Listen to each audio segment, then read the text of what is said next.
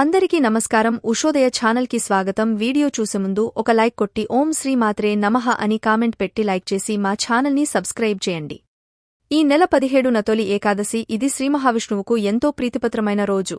ఈ రోజు కొడుకులు ఉన్నవారు ఈ పరిహారం తప్పనిసరిగా చేయాలి. ఈ రోజు స్వామివారిని తులసి ఆకులతో పూజిస్తే సకల ఐశ్వర్యాలు సిద్ధిస్తాయి. అయితే ప్రత్యేకించి ఈ తొలి ఏకాదశి రోజు పుత్ర సంతానం కలిగినవారు అంటే కొడుకులు ఉన్నవారు తప్పనిసరిగా ఒక పని చేయాలని పండితులు సూచిస్తూ ఉన్నారు. అలాగే సంతానం లేనివారు కూడా ఒక పని చేస్తే సంతానం కలుగుతుంది అని కూడా చెబుతూ ఉన్నారు. మరి ఈ తొలి ఏకాదశి రోజు కొడుకులు ఉన్నవారు అలాగే సంతానం లేనివారు ఏం చేయాలో ఇప్పుడు మనం ఈ వీడియోలో తెలుసుకుందాం.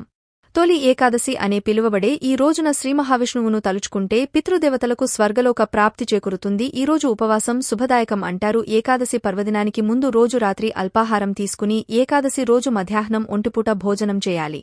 ఈ రోజున వరి ధాన్యాలతో కూడిన వంటకాలను పక్కన పెట్టాలి. పండ్లు తీసుకోవాలి. ద్వాదశి రోజున విష్ణుకు పూజ చేశాక ఆహారం తీసుకోవాలి. ఏకాదశి రోజున విష్ణు సహస్రనామ పారాయణం చేసే వారికి సకల సంపదలు చేకూరతాయి. వారి కుటుంబంలో ఆయురారోగ్యాలు కలుగుతాయి. పసుపు రంగుతో కూడిన పండ్లు స్వీట్లు స్వామికి ప్రసాదంగా సమర్పించాలి. ఏకాదశి రోజున గోపూజ దాయకం. గోమాతకు అరటి పండ్లు అందిస్తే అన్ని దోషాలు తొలగిపోతాయి. తొలి ఏకాదశి భక్తిశ్రద్ధలతో చేస్తే ఈరోజు ప్రత్యేక పూజలు అలంకారాలు చేయించే వారికి అనుకున్న కోరికలు నెరవేరుతాయి. తొలి ఏకాదశి రోజున భీష్మాచారిని తలుచుకుంటే పితృదేవతలకు స్వర్గలో ఒక ప్రాప్తి చేకూరుతుంది. అంతేకాకుండా ఆ రోజున పసుపు రంగు వస్త్రాలు ధరించి విష్ణు సహస్రనామ స్తోత్రాన్ని వినేవారికి మోక్షం సిద్ధిస్తుందని ఆధ్యాత్మిక పండితులు సూచిస్తూ ఉన్నారు.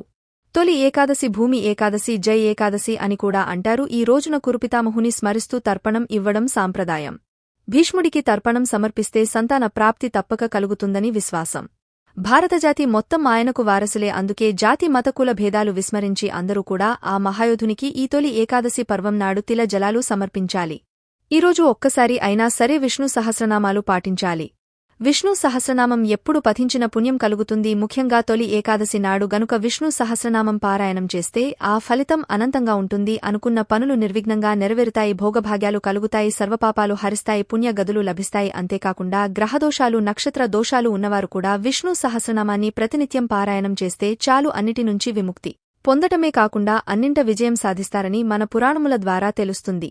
ఒకవేళ విష్ణు సహస్రనామం గనుక పారాయణం చేయలేకపోతే కనీసం శ్రీరామ రామ రామేతి రమే రామే మనోరమే సహస్రనామ తత్తుల్యం రామనామ వరానని అనే ఈ శ్లోకాన్ని 3 సార్లు ఉచ్చరించినట్లయితే విష్ణు సహస్రనామాలను పఠనం చేసిన అంత పుణ్యం ఫలితం కలుగుతుంది. ఈ తొలి ఏకాదశి పర్వదినాన్ని పురస్కరించుకుని విష్ణు సహస్రనామం పారాయణం చేయండి. అవకాశం లేకపోతే ఇప్పుడు మనం చెప్పుకున్న ఈ శ్లోకాన్ని అంటే శ్రీరామ రామ రామేతి రమే రామే మనోరమే సహస్రనామ తత్తుల్యం రామనామ వరానని అనే ఈ శ్లోకాన్ని 3 సార్లు భక్తిగా జపించండి. ఏకాదశి రోజు మురం బియ్యంలో దాక్కుంటాడని, అందుకే బియ్యంతో చేసిన ఏ పదార్థం తినకుండా ఉండాలని అంటూ ఉంటారు. ఈ రోజున ఉపవాసం ఉంటే జన్మల పాపాలు పోతాయని విష్ణు పురాణం చెప్తుంది. ముర అంటే తామసిక రాజసిక గుణాలకు హర్షిత్ వర్గాలకు ప్రతీక. వీటిని ఉపవాస జాగరణల ద్వారా జయిస్తే తత్వగుణం లభించే తద్వారా ముక్తికి మార్గం ఏర్పడుతుంది. మరి అన్నంలో ముర నివాసం ఉంటాడు కనుక మందబుద్ధిని ఇచ్చి జాగరూకతను దెబ్బతీస్తాడని అంతరార్థం. ఏకాదశి నాడు ఉపవాసం ఉండి ద్వాదశి నాడు అన్నదానం చేస్తారు. ఒక్కరోజు భోజనం చేయక తర్వాతి రోజు భోజనం చేయటం వలన జిహ్వకు భోజనం రుచి తెలుస్తుంది.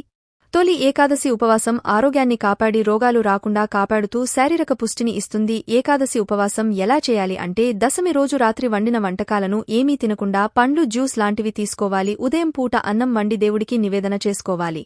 అనంతరం ఒక బ్రాహ్మణుడికి భోజనం పెట్టాలి లేదా ఎవరికైనా సరే ఒక అతిథికి భోజనం పెట్టి అనంతరం భోజనం చేయాలి. దీన్ని కారణం అని కూడా పిలుస్తూ ఉంటారు. మన భారతదేశంలో పుత్రులకు ఎంతో ప్రాముఖ్యత ఉన్నది. ఎందుకంటే పుత్రులతోనే వంశ అభివృద్ధి జరుగుతుంది. ఆడ మగ ఇద్దరూ సమానమే అనే ప్రస్తుత నినాదంలో పుత్రులకు మాత్రం కొంచెం ఎప్పుడైనా సరే ఎక్కువ స్థానాన్ని ఇస్తారు తల్లిదండ్రులు. దీనికి కారణం వంశాభివృద్ధి.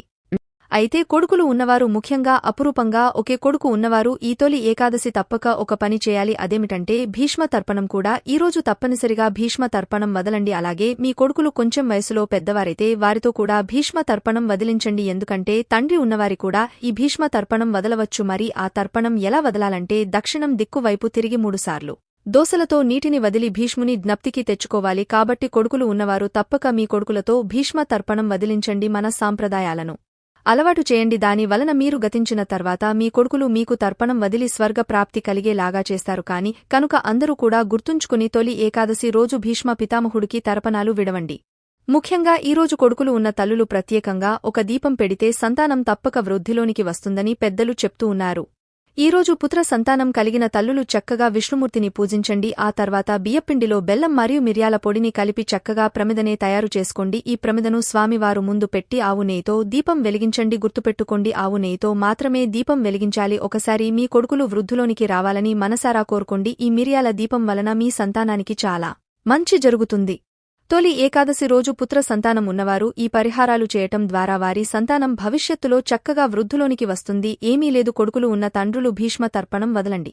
కొడుకులు ఉన్న ఎవరు తప్పకుండా తొలి ఏకాదశి రోజు ఈ పరిహారం చేయండి. మీకు మా వీడియో నచ్చితే ఒక లైక్ చేసి షేర్ చేయండి. మరిన్ని మంచి వీడియోస్ కోసం ఉషోదయ మా ఛానల్ని సబ్స్క్రైబ్ చేయండి. పక్కనే ఉన్న బెల్ని యాక్టివేట్ చేసుకోవడం మాత్రం మర్చిపోవద్దు. ధన్యవాదాలు.